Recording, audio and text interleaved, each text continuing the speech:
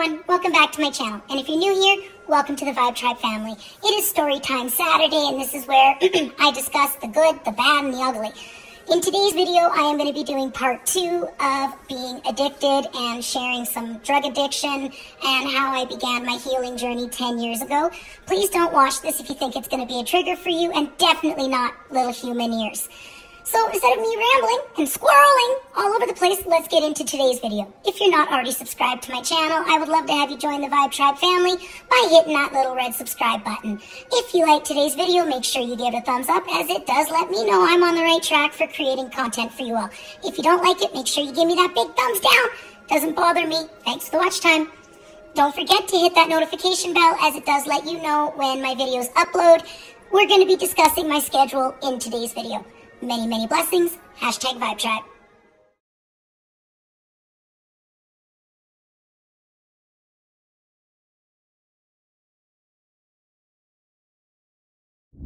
Hey everyone. How's your Saturday going so far? I do hope well. Sherry here, aka Diamond Art Addiction. And I want to go over a few things before I get into today's topic. What happened yesterday? Did you guys share my video? I have never seen a view count do that. So I don't know if you guys are sharing my videos, and if you are, thank you. I really, truly appreciate it, because wow, that blew my mind when my sister messaged me this morning to say, have you seen yesterday's video? I'm like, no. So I want to thank you guys for that first and foremost. I truly appreciate the likes, the views, the comments, the shares, everything, everything. And I will get a little bit more into that and why it means so much to me.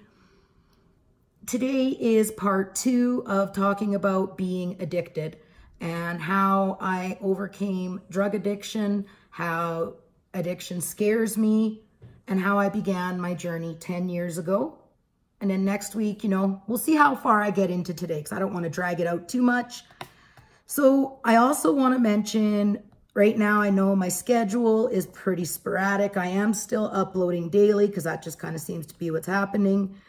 When the school year starts here for us, which is after Labor Day weekend, our kids go back to school, because they get out the end of June, so they get July and August, and then they usually go back after Labor Day. I will be uploading in the mornings. So I'm going to try and start getting on a filming schedule where my videos will be coming up in the morning time for me here. And then when my son gets home from school, I won't be available.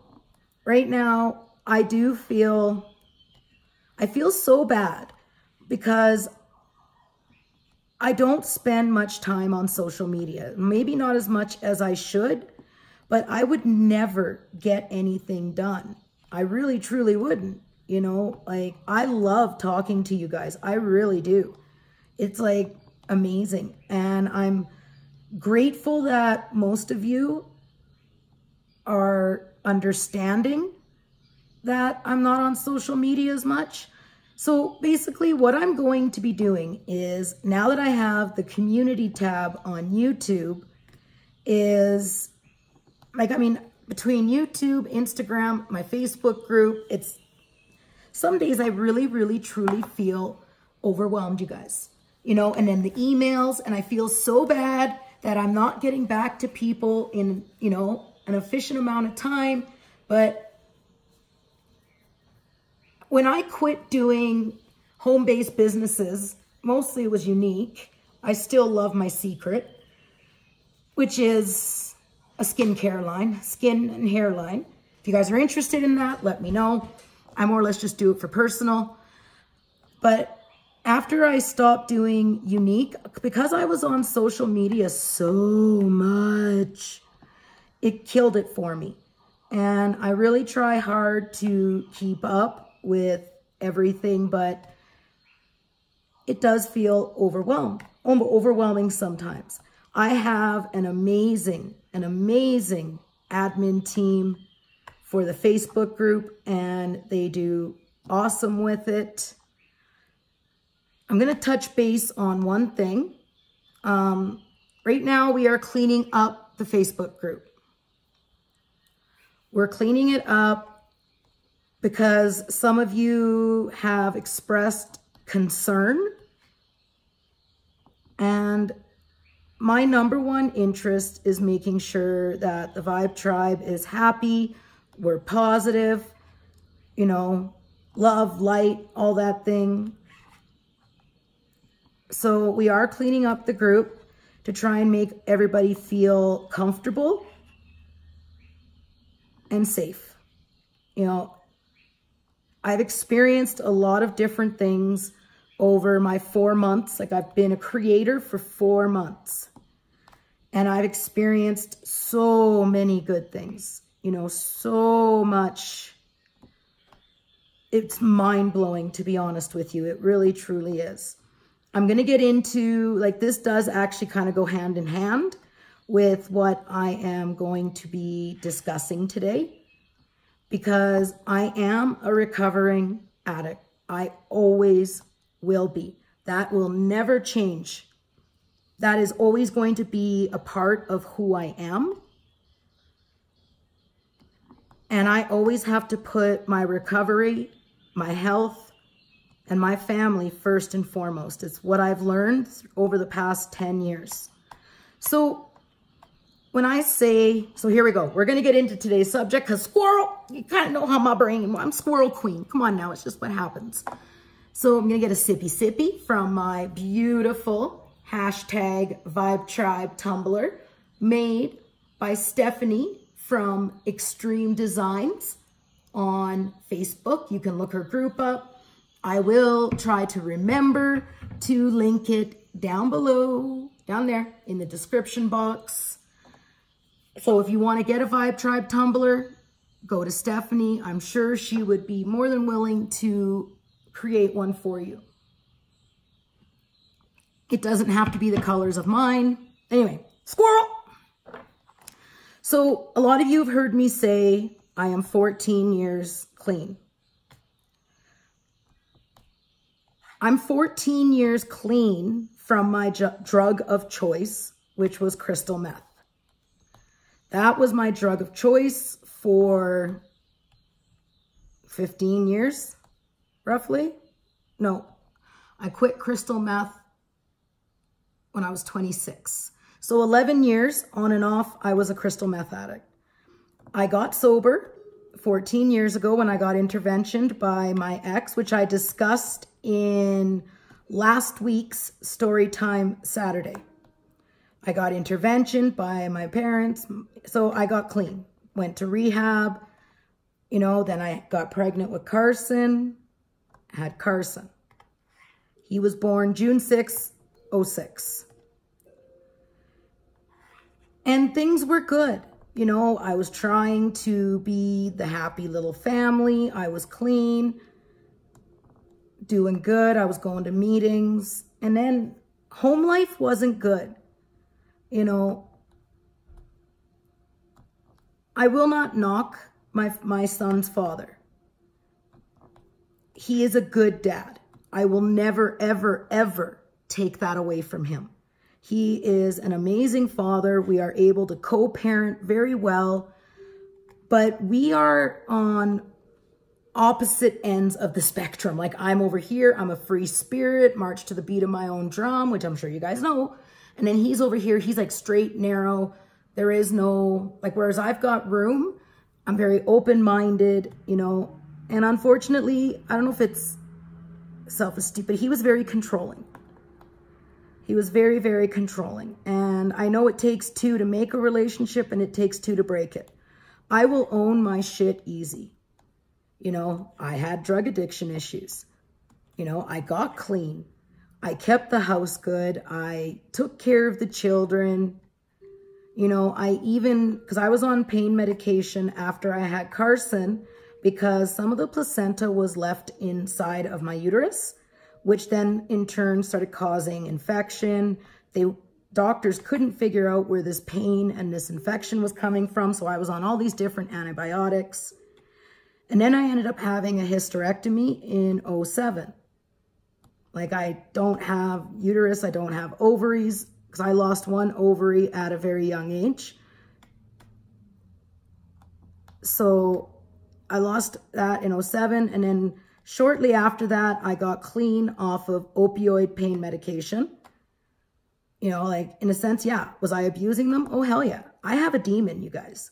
I have a demon that lives inside of me, and my demon's name is addiction. I will always have that monster within me. You know, and that's why I have this tattoo right here on my, oh, you guys can't really see. But I have this lotus flower tattoo, and it says no more pain. I got that when I got clean off of opioids, and I was actually living 100% clean from every drug. And then we got through 08, because I cleaned up in 07 completely. You know, for a long time I justified it. Well, the doctor's giving it to me, so it's okay. I went through opioid withdrawal with no help. I took care of 2 young children. My daughter was living with her father at the time. So I had the boys, who are 21 months apart. So I had a toddler and a young baby. And I went through that withdrawal on my own. You know, no help. It took about a week. I was sick for a week, got through it. So the demon went to sleep. I went back to doing meetings. So 08 was an okay year, but my relationship with the boy's father was not good. It was deteriorating. I never felt like, he doesn't know how to show affection, or, you know, and he is who he is. I'm not going to knock him. He's just not for me, basically, in a nutshell. So, we got through 08, and then the new year came, and we were in 09. And I was so unhappy, you guys, like so miserable. I knew the person I was with was not who I was meant to be with. I knew this is not, you know, and I felt so bad because I have children. I had 2 young children. At this point in 09, my daughter came home from her father's, and she was messed up from that. So now I have a daughter who is absolutely distraught. I have a 4-year-old son who was very active. And then I had, at the time I called baby Carson, was 2. So things just kept deteriorating. We were fighting. I was miserable. You know, I was trying. And my demon woke up at the beginning of 2009. It was like my demon woke up, stretched his arms and legs, and said, okay, let's go. She's weak. We can do this. Gotta have a sippy. And that's what happens, is the demon will always wake up when I'm in an unhappy state of life. So I relapsed. I had almost, it would have been, I was 3.5 years clean from all drugs, minus marijuana, but I've always smoked. I've been smoking marijuana since I was 13, and I don't believe gateway drug crap. You're either going to be an addict or you're not. Bang, squirrel! So my demon woke up, and I was working as a waitress, and I had met some people who were probably people I should not have met. You know, like, well, no, they're not bad people. It was just my demon was awake. I was in a vulnerable state, and they happened to use. So from like the beginning of January to end of February, I was doing cocaine. And I had it in my head that I've quit before. I can do this. I'm strong. And then I started doing more. And then I started doing more. And then I lost my job. So now I was in an even more distraught phase because I lost my job. My relationship at home was miserable. I ended up going and I started using in, it was like, I think end of March. Because I remember on my 30th birthday, we partied. And I mean, we partied. I mean, I smoked a lot of weed, snorted a lot of cocaine, you know, and I ended up, I couldn't get cocaine, but they said they had crack. And I'm like, well, a drug is a drug is a drug, right? Like, my demon's awake and I'm full bore. Like, I relapsed after having 3.5 years clean. It was a complete relapse. Yes, I never went back to meth during my relapse. It was between cocaine and crack. And I don't understand why people like crack, to be honest with you, because the only way you feel anything as long as that crap is in your lungs. So it never made sense to me, but a drug is a drug is a drug. And then April came around and I was pretty much in full bore addiction again. My relation, at the time, the boys' father, he didn't know I'd relapsed, but he knew something was going on because I wasn't behaving the way I was when I was on meth. And he was so controlling of me. So anyway, we'll move on here. I knew I was miserable. I was miserable, and it was like the end of April. It was a full moon, and I was out doing my thing under the full moon. And I looked up and I said, this is not my life. This is not the life that I am meant to be living. I know that, but I need a sign.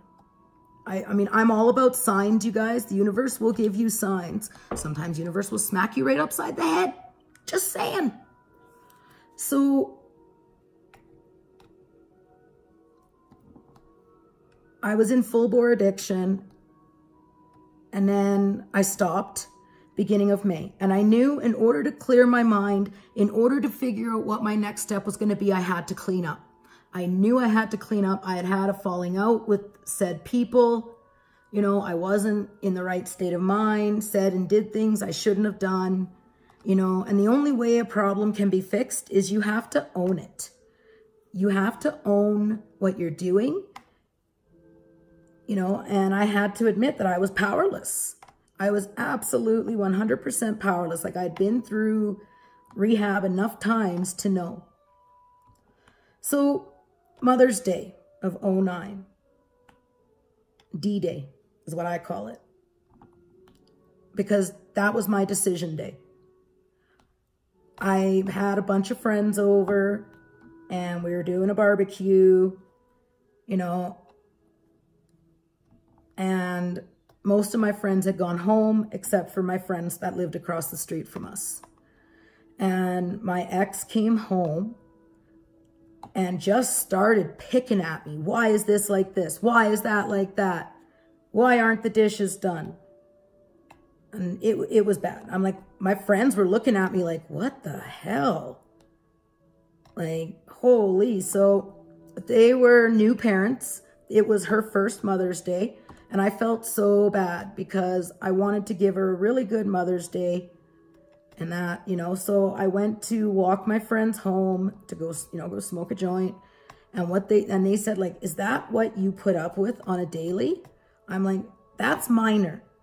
I said, that's really minor. And they're like, holy cow. They're like, no wonder you relapsed.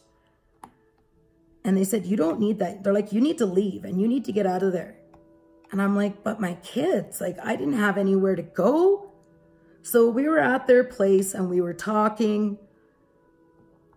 And it was like, okay, this was my sign. This was my sign. They said, you can come live with us.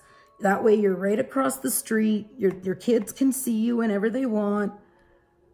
And I'm like, you know what? You guys are right. I need to make these changes. The only way that anything is going to change is you have to do it on your own.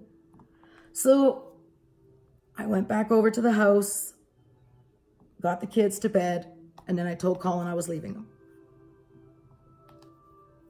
You know, I said, I'm done. I can't do this no more. I need a break. I need a separation. I need to figure things out.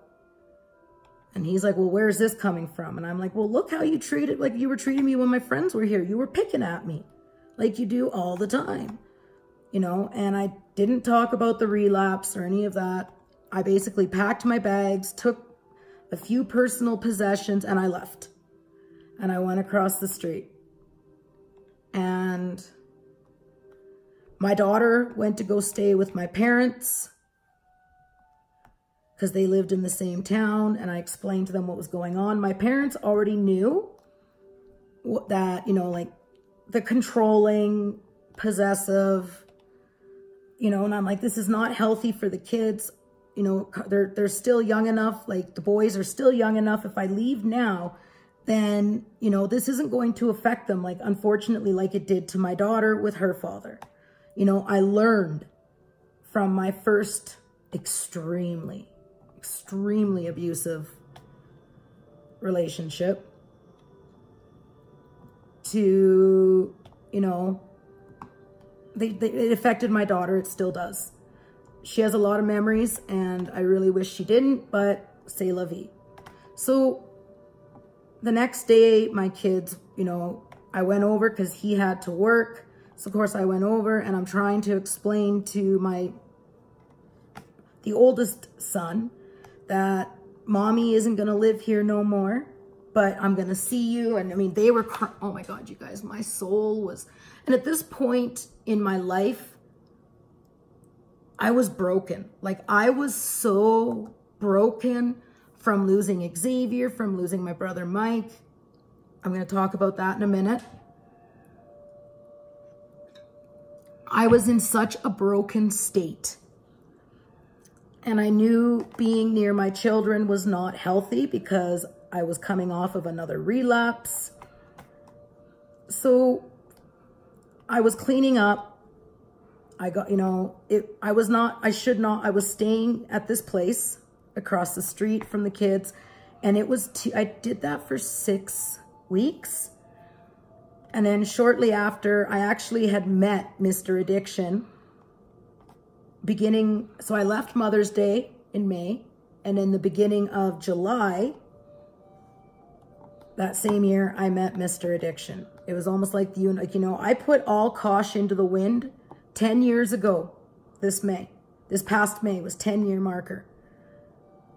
I threw all caution into the wind. I basically let go, and I said, universe, do what you got to do, because I can't do this no more. I had to let go. The only way I was going to heal was I had to let go. My demon was still awake. So I met Mr. Addiction in the beginning of July. Okay.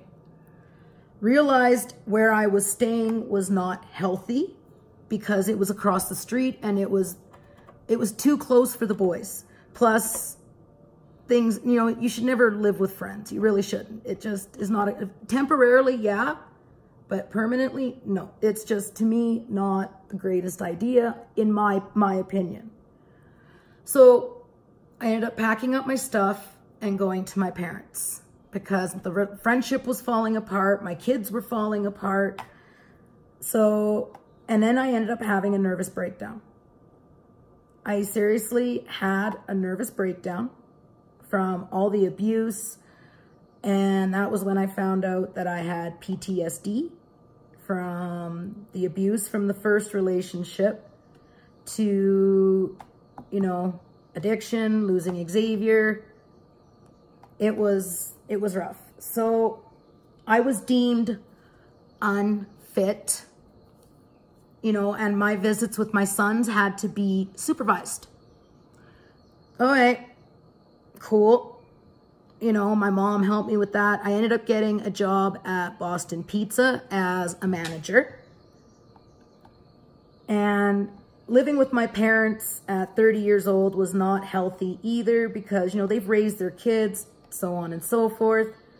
Well, while working at Boston Pizza, the boss said, look, we have a staff house. You know, you can rent one of the rooms and we'll just take a few $100s off your paycheck each month. And it kind of helps. Everybody knew I was doing a fresh start. I was starting my life over. I made it a bunch, you know, like I wouldn't talk about a lot of it, but they knew, like I said, I'm starting my life over. I have nothing. I didn't own anything. There was a bed there for me. So went out, I bought some bedding and, you know, a small TV, and I moved into the staff house, which was the very first move. Well, that was the third move, because I moved to the friend's house. Then I went to my parents' house. Then I went to the staff house. So, you know, plus I'm talking with Mr. Addiction, and we're building, you know, a relationship. I had a few days off, and my ex was taking the boys camping. So I was like, well, I don't want to sit and twiddle my thumbs. So I got on a Greyhound and I went to go see Mr. Addiction and his mother, right? Because he was still in his rehabilitation from his accident. So of course he was staying with his mom, who is also his guardian and trustee, blah, blah, blah. So, you know, while I was visiting her, we had a really, really good time. And she had asked me, like, she knew how broken I was. She's very spiritual. She can see it. And my ex-friends at the time had gone to my, you know, like, they were spreading crap about me. My ex was saying a bunch of crap about me. Yes, I had relapsed. And sorry guys, I'm just 29. I need 29.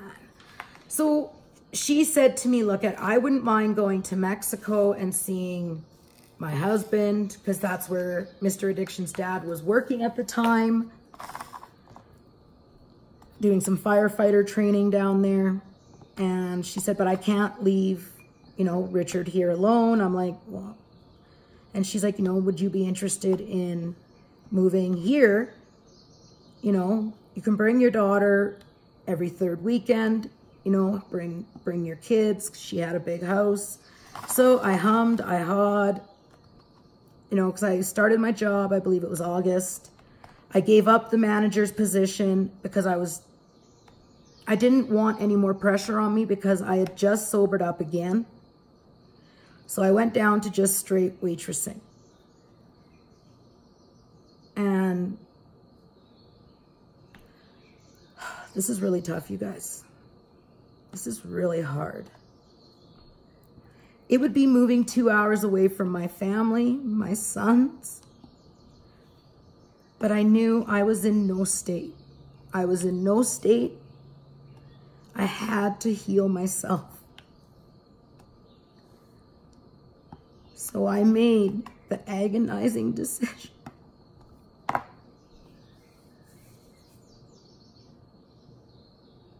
I still live with the guilt of this. I made the decision to move. My daughter came with me, and I cried. And I cried when I left my now 3-year-old and 5-year-old sons with their dad. And that broke me. Do I regret doing it? No, I don't. Do I feel guilty? Some days, yes. I seen my sons every third weekend, whether it was rain, snow, sleet, hail. I drove through it all every third weekend to either bring my sons to where I was living or go visit my family, you know, and bring the sons there. It was brutal. So that was move number, okay, so to the friend's house, to the parents' house, to the staff house, to the in-law's house. So we're on move number 4 in less than 6 months. I did not have a lot of stuff. Just a few fairy figurines, my witch stuff, and that was pretty much it. So went to the staff, moved there. And then that was in November of 2009. I was clean, I was sober, but I was missing my kids. So, and at the time, Richard had a worker. She was an amazing lady, amazing lady. I really miss her, actually. I wouldn't mind seeing her again. So in August of 2010, me and Mr. Addiction moved to Alberta Beach. It was our very, very first place together. We had some furniture, like we had not much, but I was starting my life over, right? And I was trying to build a home, and my daughter was with me. And at that time, I was fighting for my sons. I had my own place, but the court said that I didn't make enough money to sustain, it was just bad news bears, you guys. I continued, this is where I met my sister. So I met her in August of 2009. August of 2010. So we've known each other for 9 years. And she's family. I never had a sister. She's my sister. And then I have an amazing sister-in-law. So we lived in Alberta Beach from August of 2010. And then the store that I was working at got sold, and I got my notice that I was being laid off on my birthday, March 8th of 2011. And I'm like, oh my, what am I going to do now? I want my sons. Like, I was just miserable. Like, I was so miserable. And again, I did a prayer, witch blessing, however you want to call it. And I got a phone call from the girl the ones that helped me to realize I needed to leave my situation. Asked me if I wanted a job to be her assistant in her dad, for this oil and gas company. And I'm like, it was good money. It was going to bring me back to Edson where my children were, my parents were. And I was like, can I say hell yeah? I was losing. It was like intervention, like right there, like the universe just intervened. Because I was this close to relapsing again, you guys, like this close. And I had 2 years clean off of any street drug, any pharmaceutical drugs, anything. I was just clean. And I was rebuilding my life. So me and Mr. Addiction moved to Edson. So another move. And that was when me and my ex, we started co-parenting the boys.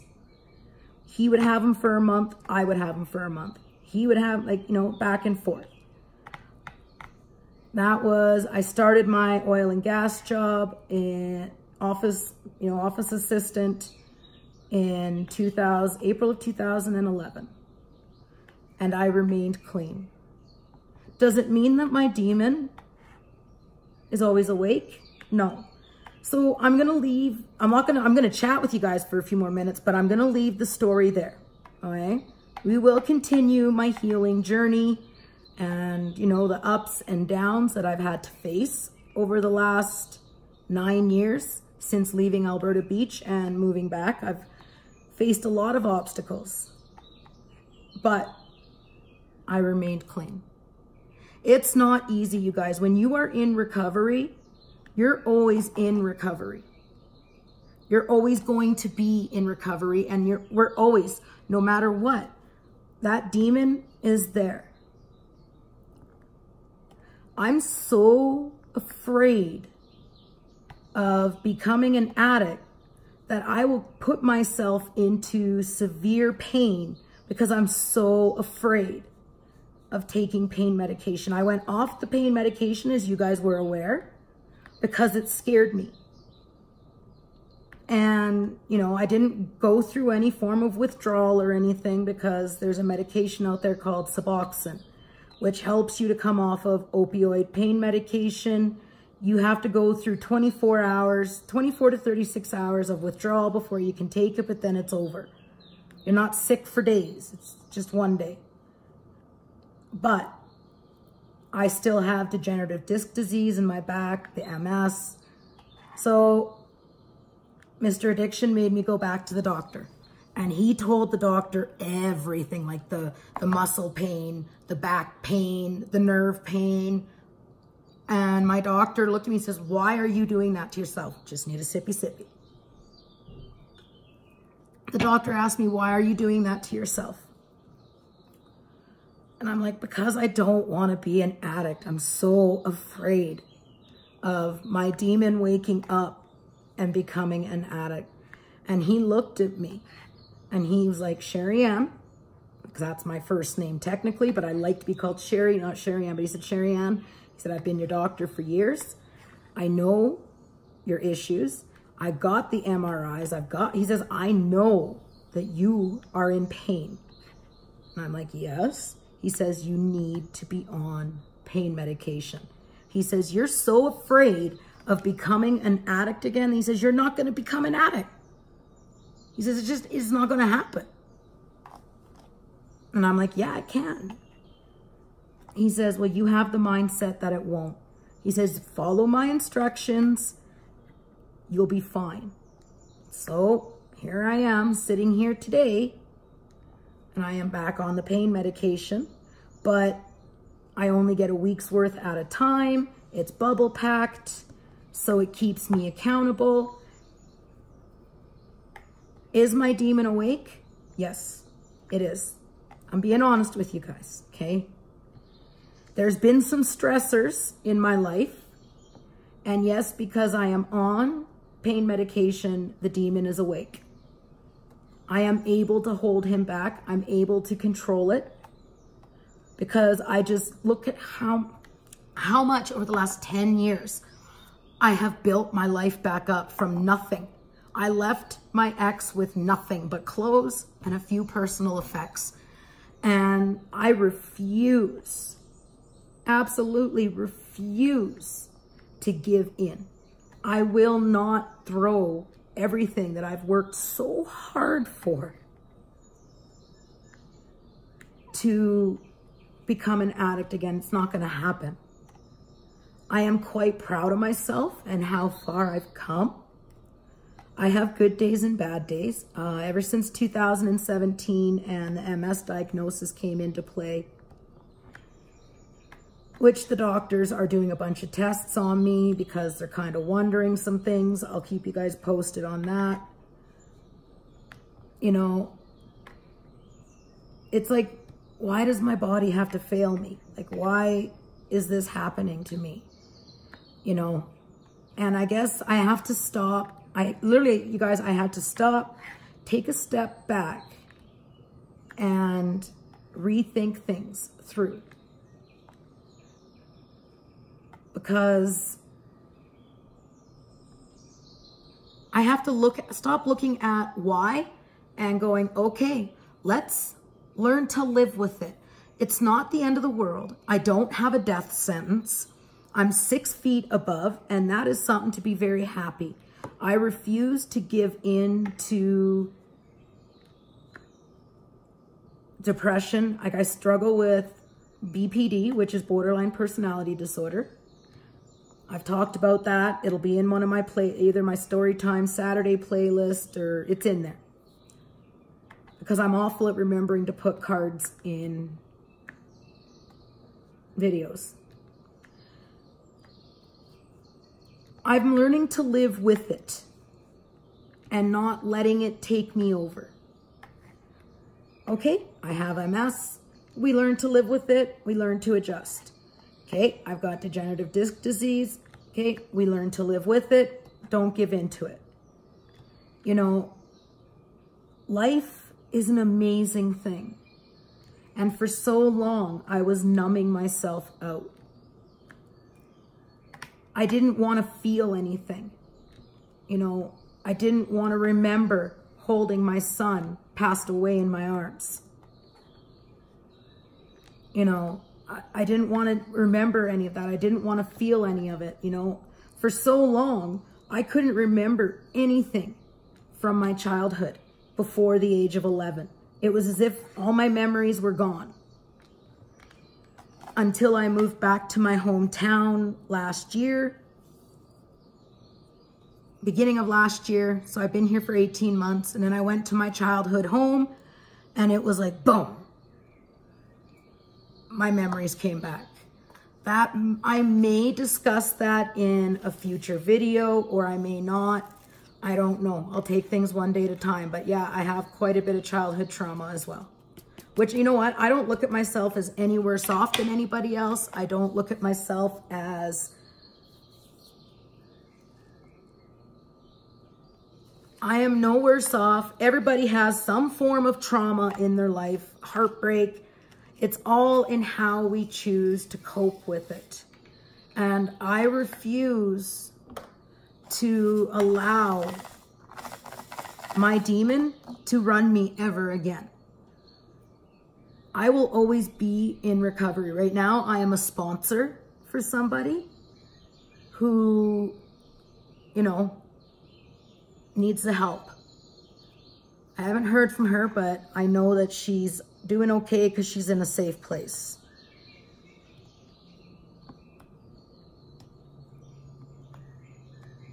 That is one reason to keep me clean. Like I said, you guys, when I started this channel,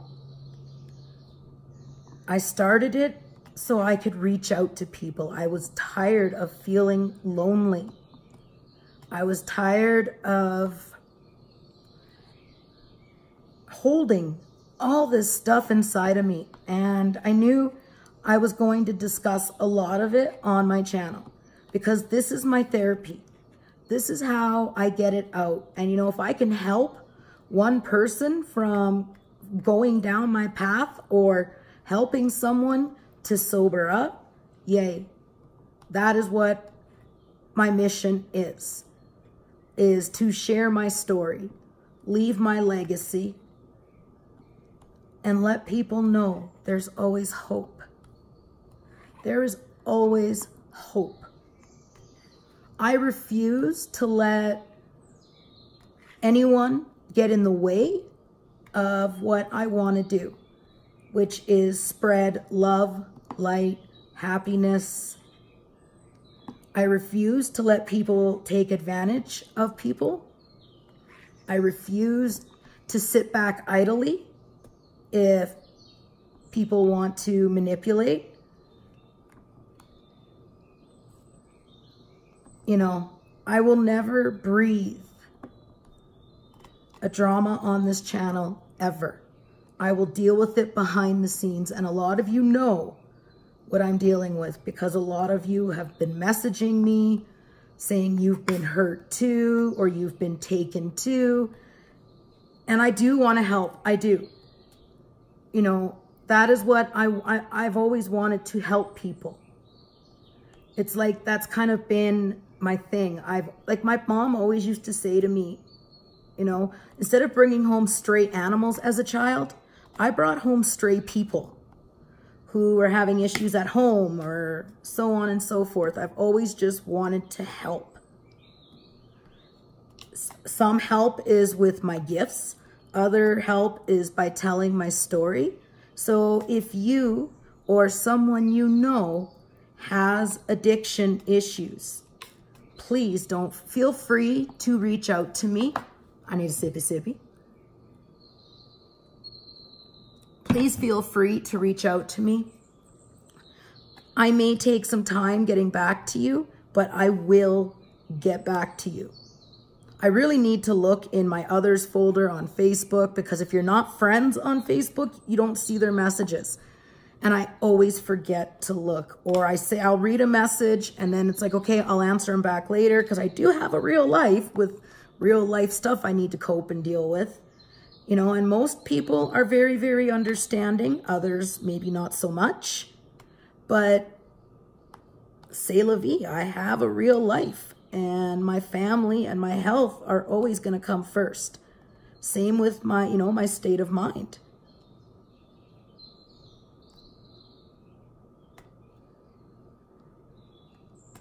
Sorry, I've got a brain fog moment here. It's like I don't even remember what I was talking about.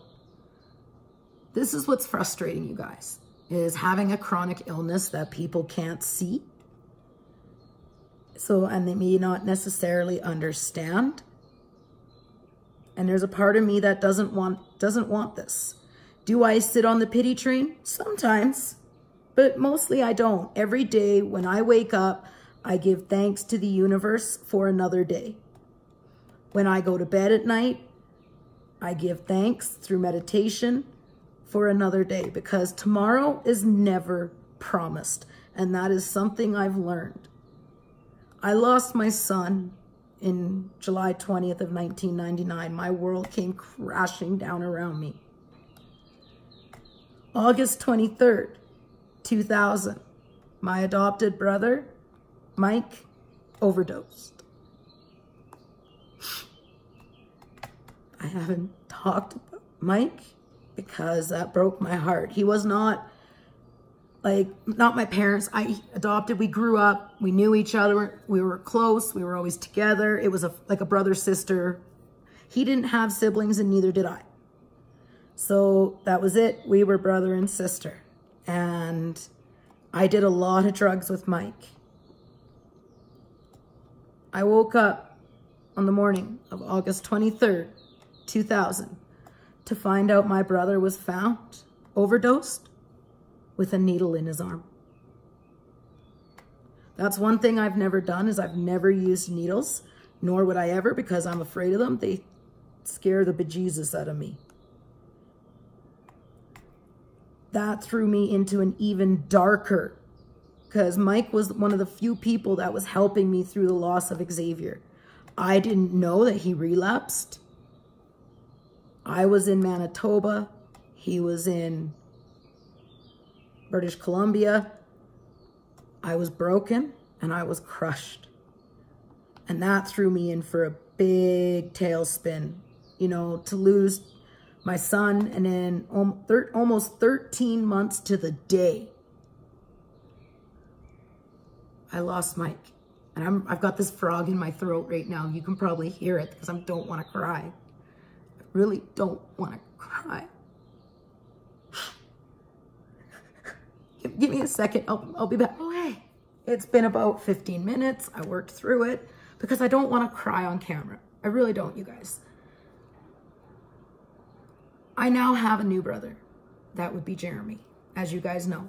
You know, I swore I would never, ever have someone as a brother again. You know, people said Mike committed suicide. I said, no, he didn't. It was an accidental overdose. Mike would not commit suicide.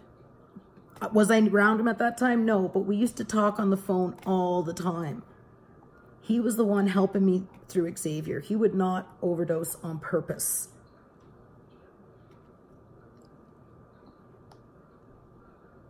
I think that's when I went really numb.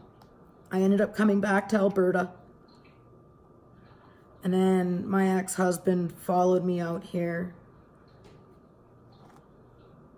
Tried to make a go of it.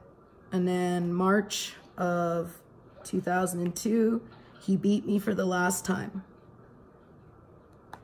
I called my mom over. She went after him. It's a good thing my dad didn't answer the phone that night. And he was gone back to Manitoba within days. We were done. I ended up going on prescription drugs, you know, because I was dealing with losing my son, losing my brother, trying to be a mom to a single little girl. You know, I went back to school because I wanted to become a paramedic, either a paramedic or a therapist, but I had to do some upgrading in order to do that.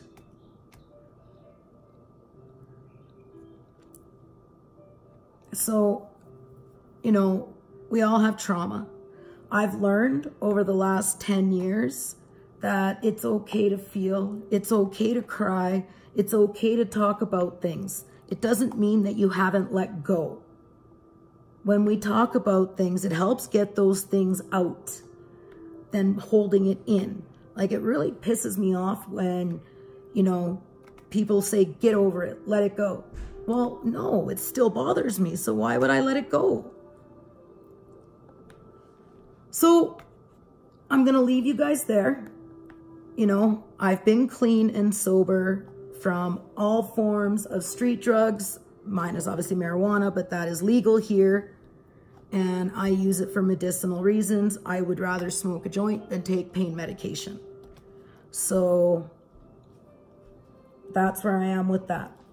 Next week, I will talk a little bit more about being in recovery after I moved back to Edson and started my oil and gas office job. That's what I will talk about next week, and the continuing of being sober. If you have someone you know and love who is having addiction issues and you need some advice, please feel free to reach out to me. I will get back to you eventually. If you have addiction issues, whether it's drugs, alcohol, shopping, gambling, anything that you do in excess to escape the world so you don't have to feel or deal with things is an addiction. Is diamond painting an addiction? Oh, hell yeah. Do I want help for this one? Oh, hell no.